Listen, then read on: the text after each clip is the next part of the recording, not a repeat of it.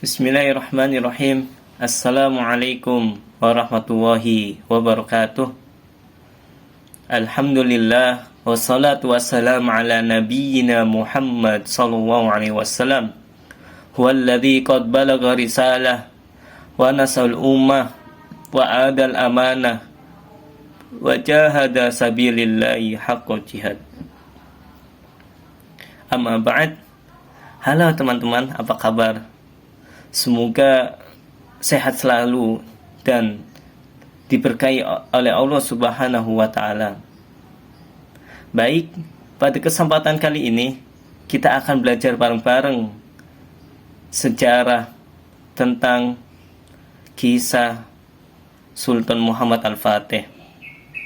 Akan tetapi, sebelum kita belajar, marilah kita berdoa lebih dahulu dengan membaca basmalah, dilanjutkan dengan doa sebelum belajar.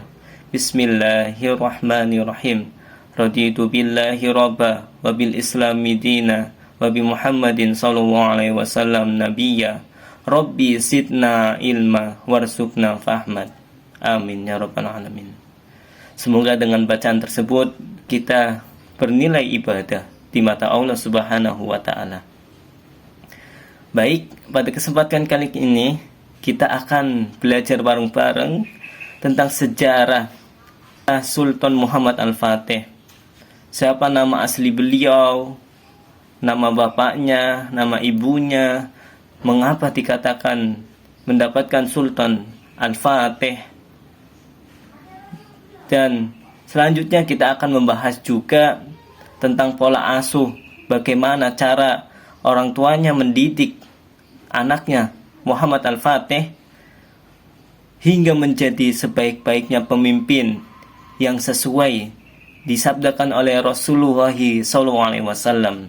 Biografi Muhammad Al-Fatih.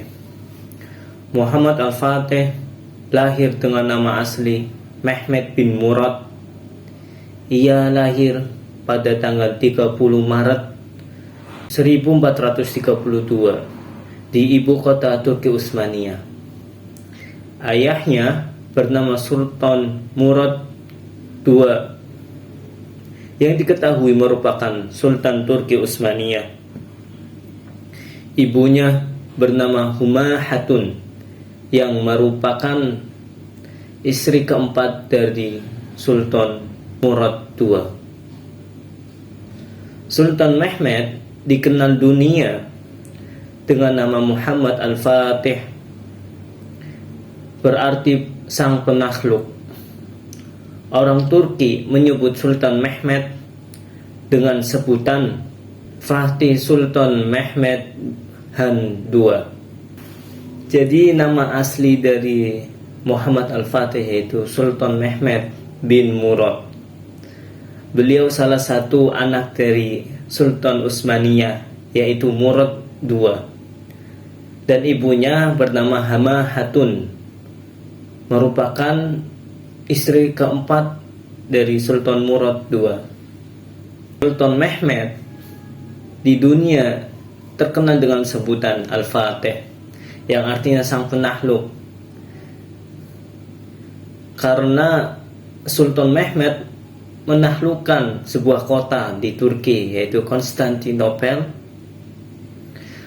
pada 29 Mei tahun 1453, Sultan Mehmet menaklukkan kota tersebut.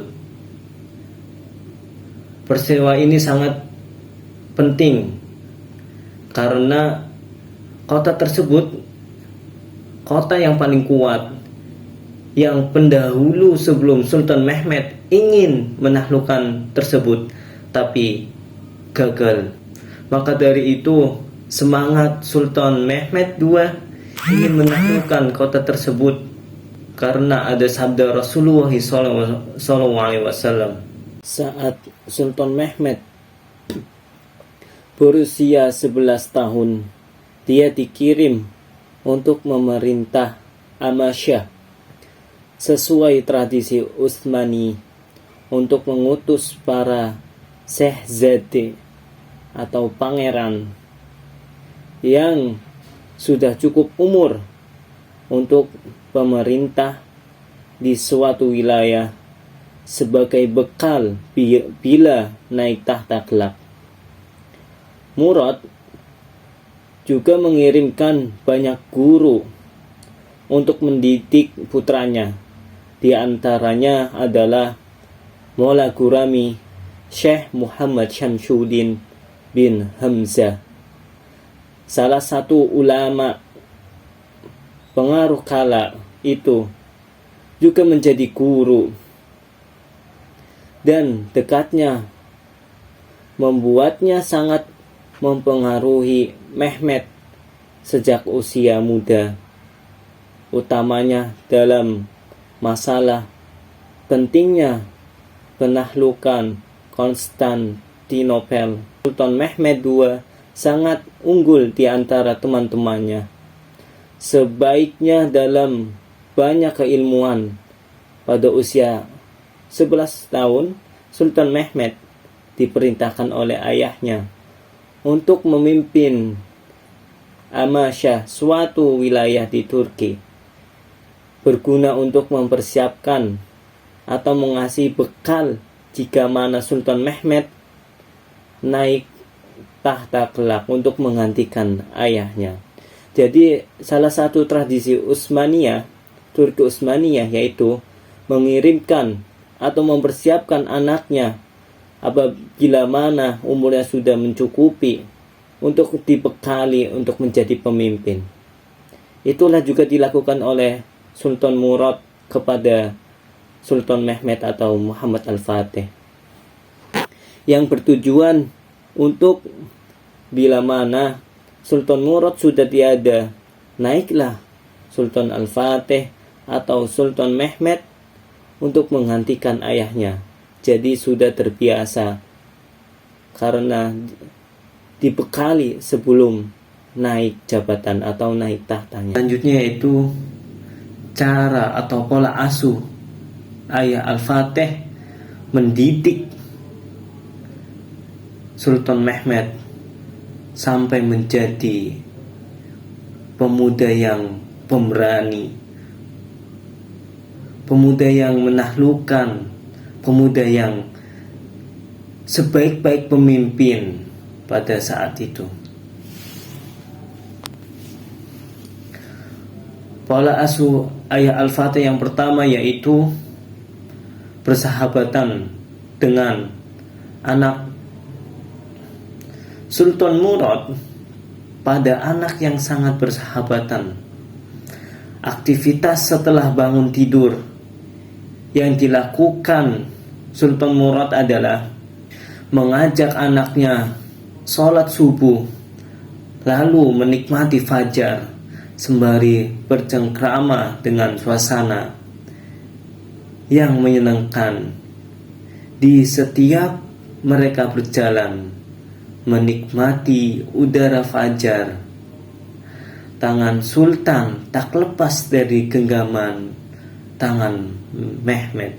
Di pola asuh yang pertama yang dilakukan oleh ayah Al-Fatih atau Murad, yaitu menjadikan anaknya itu bersahabatan dengannya.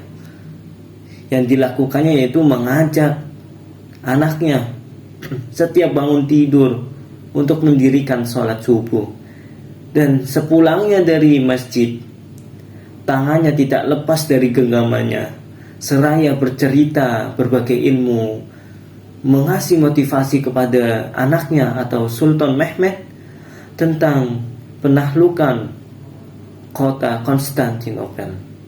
Jadi yang pertama yaitu menjadikan anaknya itu bersahabatan dengan ayahnya, mengajak dalam kebaikan, mengajarkan ilmunya, mengasih motivasi, dan mengarahkan anaknya kepada jalan yang benar.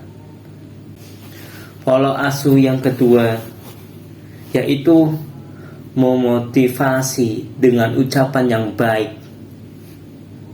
Sultan Murad setiap hari selalu memberikan motivasi dengan kalimat yang baik. Bahkan mungkin bagi orang lain adalah suatu perbuatan yang gila atau tidak mungkin. Tapi keyakinan dan kepercayaan Sultan Murad pada anaknya membuat anaknya semakin berani dan percaya diri. Jadi pola asuh yang kedua ini sesuai dengan sabda Rasulullah SAW yang berbunyi, "Man amana billahi wal yaumil akhir falyakul khairan aw liyasmut." Yang artinya, barang siapa yang beriman pada Allah dan hari akhir, maka hendaknya berkata baik atau diam. Jadi ayah Al-Fatih atau Sultan Murad mengamalkan hadis tersebut karena keyakinan ayahnya Sultan Murad apabila mengasih motivasi yang perkataan yang baik akan menumbuhkan kepercayaan kepada anaknya. Pola asuh yang ketiga atau yang terakhir yaitu berikan guru yang terbaik. Sejak kecil Mehmet telah diajari oleh seorang ulama besar yang nasabnya tersambung sampai pada sahabat Abu Bakar As-Siddiq. Syekh A'ad Syamsuddin namanya. Syekh A'ad Syamsuddin mempunyai peran besar dalam menjadikan Sultan Mehmet sebagai pemimpin dunia. Ilmu dan nasihat menjadi semacam makanan pokok tak tergantikan. Hingga jadilah Mehmet II sebagai sebaik-baik pemimpin yang disabdakan oleh Rasulullah SAW. Alhamdulillahirabbil alamin. Selesai juga pembahasan kita pada kesempatan kali ini. Semoga apa yang saya sampaikan bermanfaat untuk teman-teman semuanya, umumnya, dan bermanfaat untuk diri saya pribadi khususnya. Apabila ada kesalahan pengucapan, itulah datang dari saya pribadi karena kebodohan saya, dan apabila ada kebenaran semata-mata hanya milik Allah Subhanahu wa taala. Wallahu muwaffiq ila aqwamit thoriq. Wassalamualaikum warahmatullahi wabarakatuh.